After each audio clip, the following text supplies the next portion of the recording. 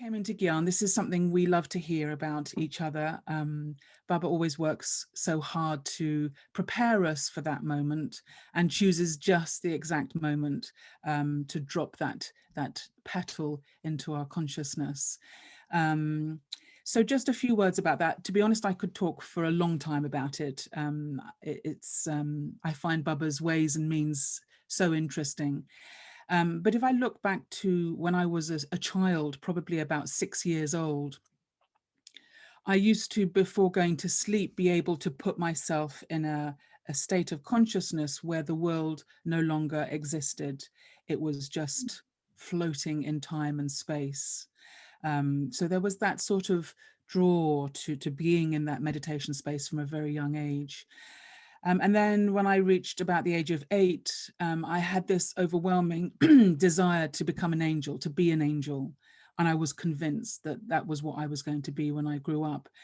And I thought that my shoulder blades were the beginning of my angel wings. And I would go every morning to see my dad and get him to rub my shoulder blades to see whether my angel wings had grown any more in the night. And he would say, yeah, I think they have. I think they're coming. And I'd go, oh, come on, angel wings.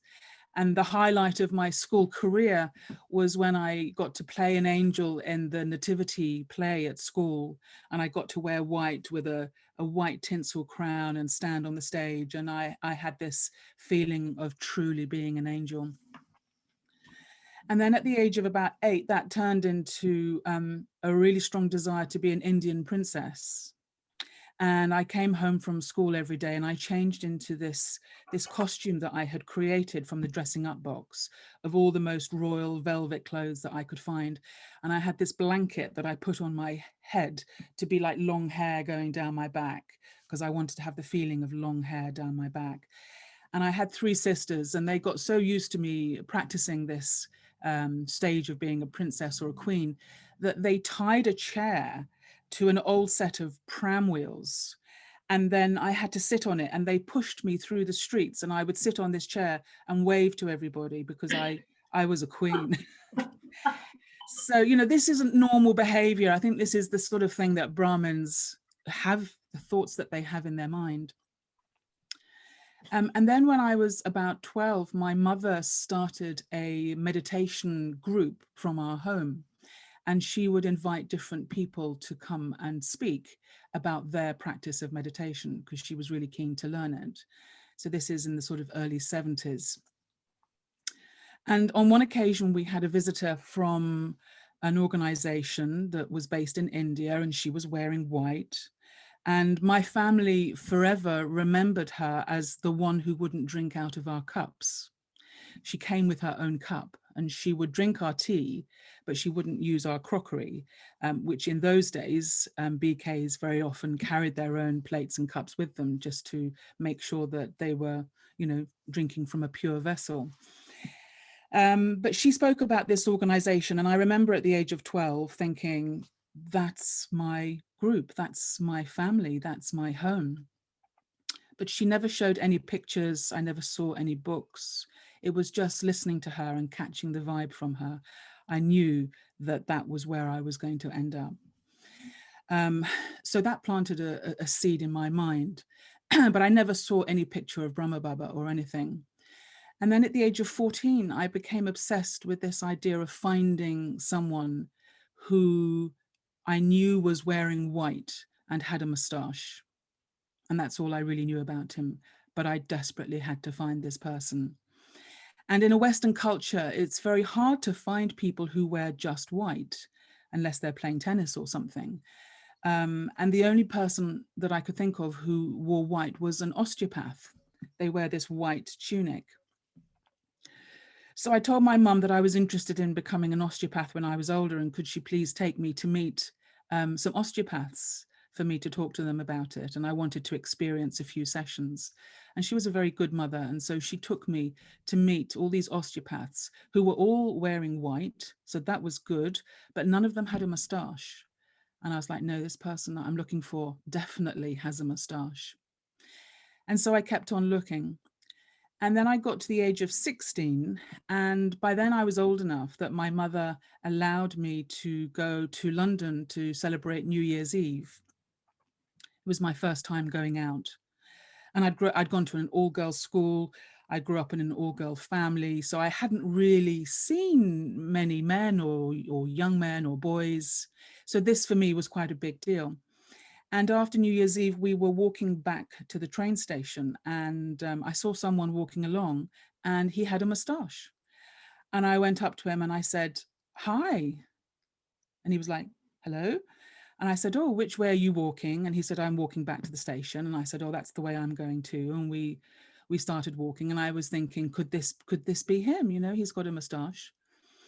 But that didn't turn out quite so well, because he ended up being my boyfriend for the next 2 years. But never mind. I soon realized that even though he had a moustache, he was not the one that I was looking for. He certainly didn't wear white. So by then I got to the age of 18, and, you know, I was getting pretty desperate. I had to find this person, and I knew I really wanted to learn meditation properly. And I had a feeling that maybe it was Zen Buddhism. There was something about the simplicity and the discipline of Zen Buddhism. I thought maybe that's where I need to go. So I worked about 2 or 3 jobs for about 6 months and earned enough money to buy a round the world plane ticket. And I got a rucksack and I filled it with everything I needed. And at the age of 18, and bless my parents for letting me do this, that I set off on a round the world trip. And I, you know, went to Sri Lanka and ended up in Malaysia. I was really pulled to India, but from what I could see, it was quite a sort of chaotic scene. And I knew I was looking for something quite simplistic and white and calming. So I was heading to Japan, not India. And I got as far as Malaysia, and I was in a bookshop in Malaysia, because I was spiritually searching, finding things. And there was a magazine that had been produced by the BKs in Australia called Confluence Magazine. And at the back of the magazine, there was a rubber stamp which said, "Free 7-day meditation course available, call this number." So of course I rang the number, and I went along to the center, and was met by a beautiful sister who welcomed me in. And the main meditation space was the first space that you came to in the center. And I took one step inside, and there was the Gadi, and above the Gadi was this picture of a man wearing white with a moustache. And I said to her, "Who is that?" And she said, "Well, come and sit down and we'll take you through a 7-day course and you'll find out who he is." So I did the 7-day course in 7 days. And then the week after that was Raksha Bandhan in Singapore. So I went with the few brothers and sisters that there were in the center. There was probably only 4 or 5 at that time, and had Raksha Bandhan in Singapore. And by the time I came back from Rakhi, I was wearing a sari and moved in with the one sister who was there, and stayed there, living, working, doing service for the next 4 or 5 months. And then Dr. Nirmala came for a visit, and she sent me back to London via Madhuban, happily. So that was as far as I got. I found what I was looking for and came back and carried on from there. So that's my short story on how I came into Gyan. Did you go to India in between? So from Malaysia to India, or did I you went from Malaysia to Mount Abu. Yeah. And I'd been living in Malaysia by then for about 9 months, so really hot. And I arrived in Mount Abu in January.